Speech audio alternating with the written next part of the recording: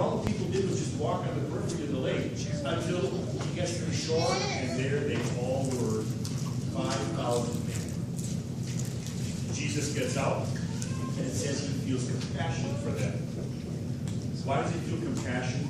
Because he sees these cripples. Somebody carried these people all the way to Jesus. And because he was compassionate, they had needs. What did he do?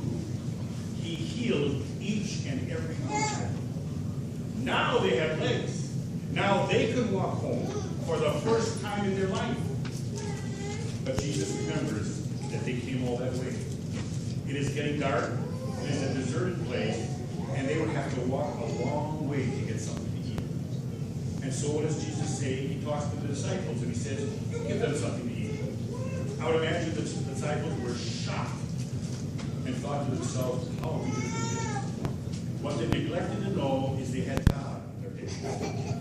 And if Jesus said, feed them, he would provide the way for the people to be fed.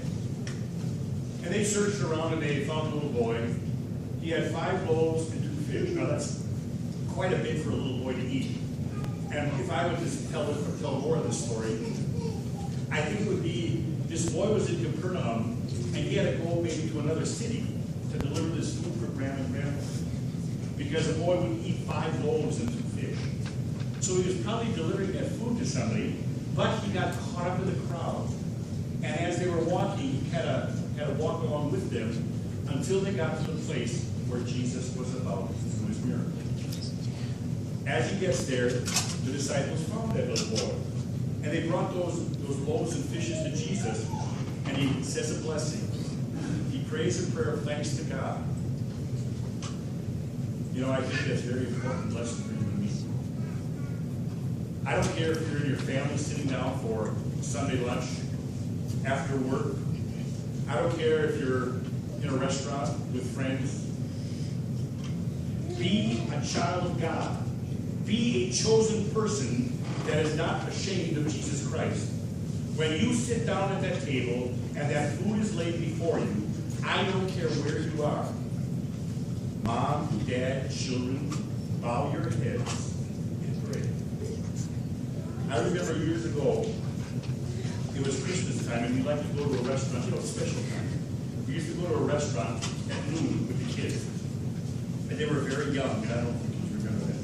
But we went to this restaurant we liked, and we sat down. It was business time, okay? And a lot of businessmen and women were there, and the chatter, the whatever. And above the sound system, they were playing Silent Night. It was beautiful. They were playing all kinds of religious Christmas songs.